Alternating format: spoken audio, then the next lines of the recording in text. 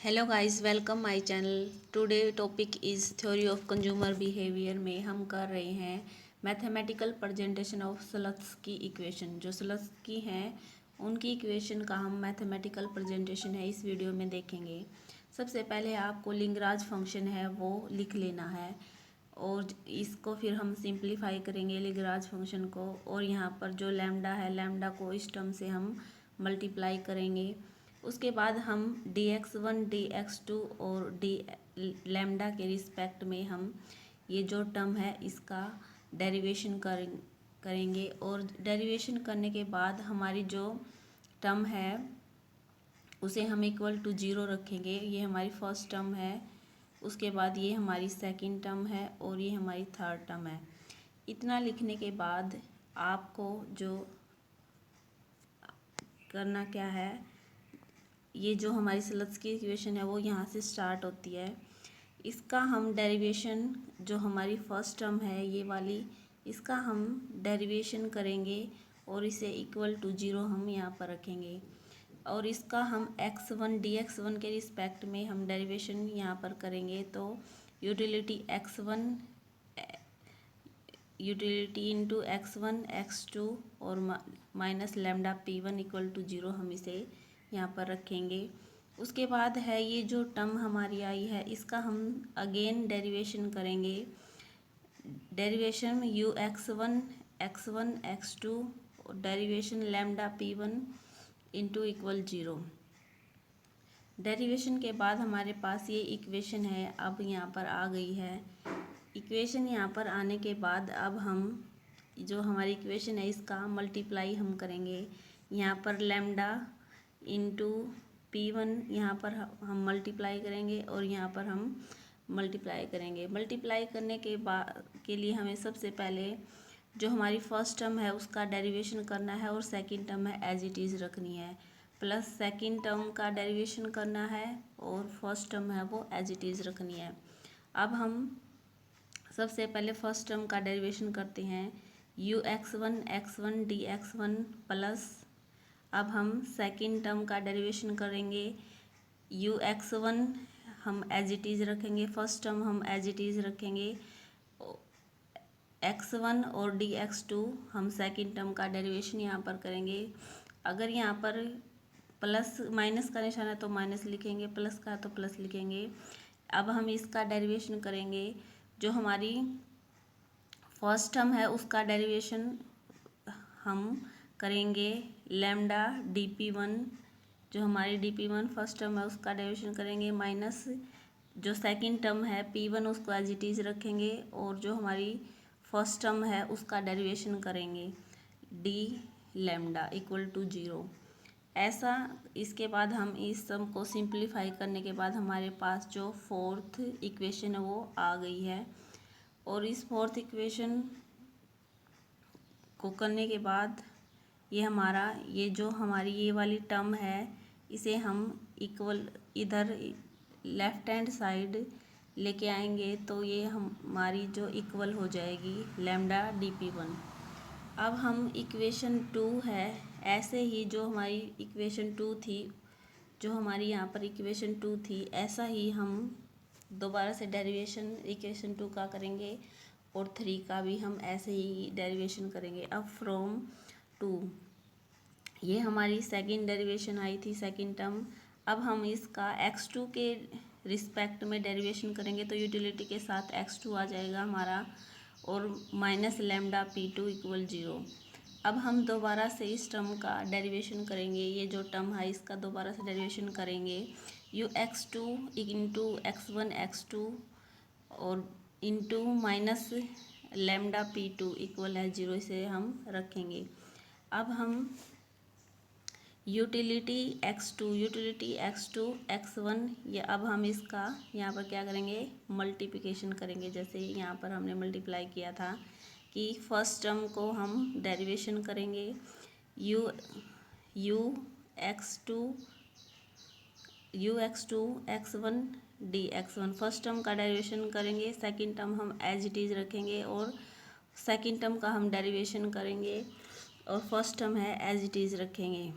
उसके बाद ऐसे ही हम जो सेकंड टर्म है उसका डेरिवेशन करेंगे और फर्स्ट टर्म है वो एज इट इज़ यहाँ पर रखेंगे और ये हमारा इक्वल आ जाएगा 0 के।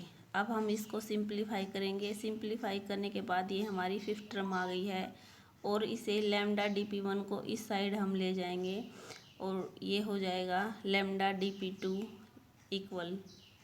और ये हमारी अब हम थर्ड जो हमारी टर्म है, जो थर्ड जो इक्वेशन आई थी लैम्डा की, अब हम उसका डेरिवेशन करेंगे।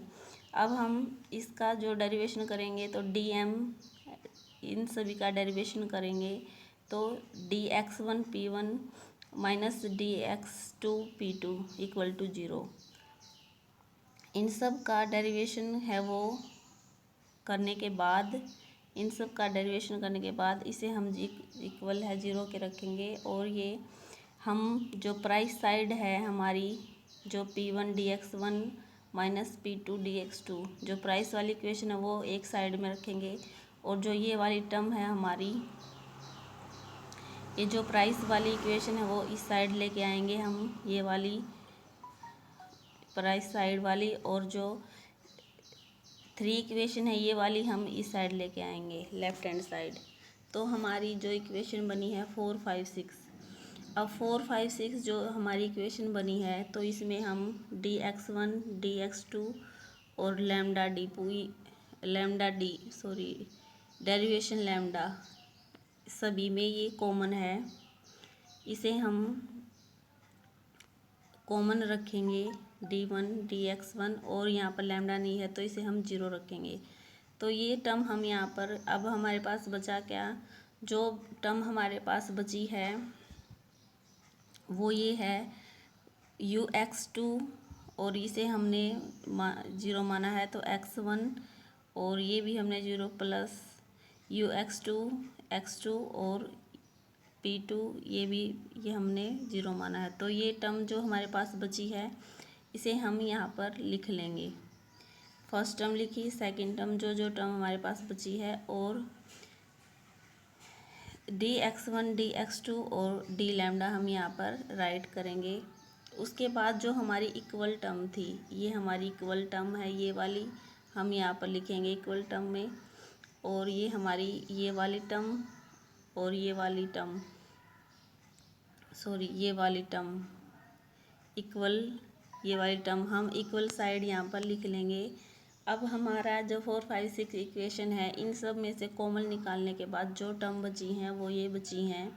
अब हम क्या करेंगे, जो मैथ्स में होता है ax इक्वल टू b, ये हमने जो मैथ्स में पढ़ा है ये हमारी वो टर्म है बन गई है। उसके बाद हम क्या करेंगे, जो क्रैमर रूल है, क्रैमर रूल का हम यूज़ करेंगे।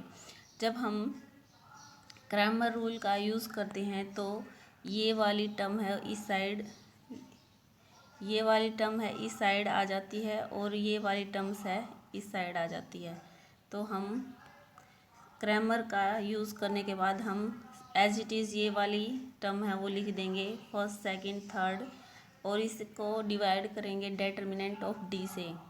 डिटर्मिनेंट डी से करने के बाद हम इसे करेंगे dx1, ये एज इट इज़ लिखेंगे माइनस लैम्डा dp1 और फर्स्ट कॉलम फर्स्ट रो, d11 का मतलब है first column first row plus लिखेंगे।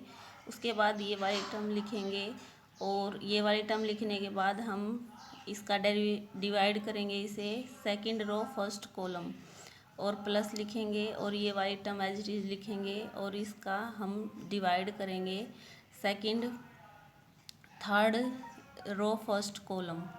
ऐसे लिखने के बाद हम अब क्या करेंगे, प्राइस इफ़ेक्ट जो स्लट्स की इक्वेशन होती है वो प्राइस इफ़ेक्ट, इनकम इफ़ेक्ट और सब्स्टिट्यूशन इफ़ेक्ट है वो शो करती है, उनसे मिलके वो इक्वेशन बनती है।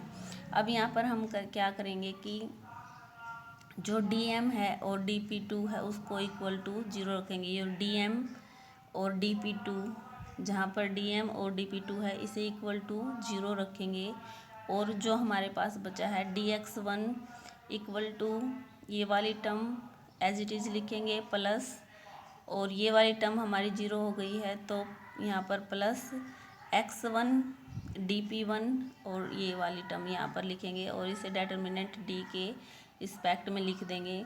अब उसके बाद हम इसे सॉल्व करेंगे। dp1 d lambda d1 plus x1 और d31 यानी 3 कॉलम फर्स्ट रो, इसका डेरिवेशन करेंगे। अब हम जब इसे सिंपलीफाई करते हैं तो dx1 एज इट इज़ यहाँ पर आ जाता है और ये वाली टर्म है यहाँ पर लेफ्ट हैंड साइड आके ये इससे डिवाइड हो जाती है और हमारे पास जो बचता है ये d लैम्डा 11 और डिवाइड बाय d प्लस जो हमारी इक्वेशन है x1 ये x1 d31 divide by d, ये हमारी 7th इक्वेशन है, यहाँ से बन गई है।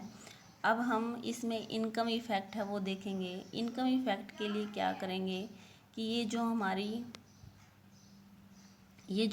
टर्म है, ये जो हमारी टर्म आई है, इनकम इफ़ेक्ट के लिए हम क्या करेंगे, dp1 जो dp1 है और dp2 है उसे हम इक्वल टू 0 रखेंगे। इसे हम 0 रखेंगे तो हमारी जो dp1 और dp2 को इक्वल टू 0 रखने के बाद हमारी ये टर्म बची और ये बची और ये बची। हम dx1 minus dm d31 divide by d, हम इससे हम डिवाइड करेंगे तो डिवाइड करने से हमारे पास ये टर्म है वो आ जाती है।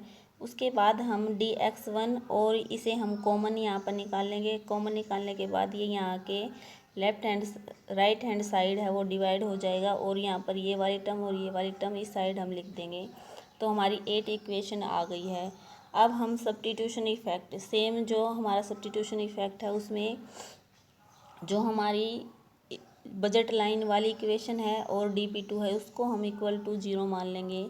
यहाँ पर जो हमारी इक्वेशन आई थी ये वाली टर्म, इसे हम 0 मान लेंगे और कौन सी टर्म, और dp2 वाली टर्म हम इसे 0 मान लेंगे तो हमारे पास क्या बचा, सिर्फ ये वाली इक्वेशन बची। तो हम इसे लिखेंगे dx1 lambda dp1 d11 divide by d और ये इधर आके इसके रिस्पेक्ट में dp1 और equal to lambda d11 divide by d, हमारी 9th इक्वेशन आ गई है। अब हम क्या करेंगे कि जो हमारी 7th इक्वेशन है उसमें हम 8 और 9 इक्वेशन को पुट करेंगे तो ये हमारी 7th इक्वेशन है वो आ गई थी। तो इसको कैसे करना है कि जो d31 ये हमारी 8 इक्वेशन है ये वाली, तो इसको हम इसमें पुट कर देंगे और ये वाली टर्म हम इसमें पुट कर देंगे। तो इसमें पुट करने के बाद हमारे पास 7th इक्वेशन ये है, ये हमारी सेम रहेगी dx1 divide by dp1 equal to ये वाली टर्म हम इसके इक्वल है यहाँ पर रखेंगे dx1 divide by dp1 plus हम लिखेंगे उसके बाद x1 ये वाली टर्म हमारी माइनस dx1 और डिवाइड बाय dm यहाँ पर लिखेंगे। तो हमारे पास इसको सिंप्लीफाई करने के बाद ये इक्वेशन आ जाती है। ये हमारा आज की वीडियो में स्लट्स की इक्वेशन से क्वेश्चन है। ये हमारी स्लट्स की इक्वेशन है वो बन गई है। यदि वीडियो अच्छी लगे तो please like share subscribe my channel. Thank you watching this video.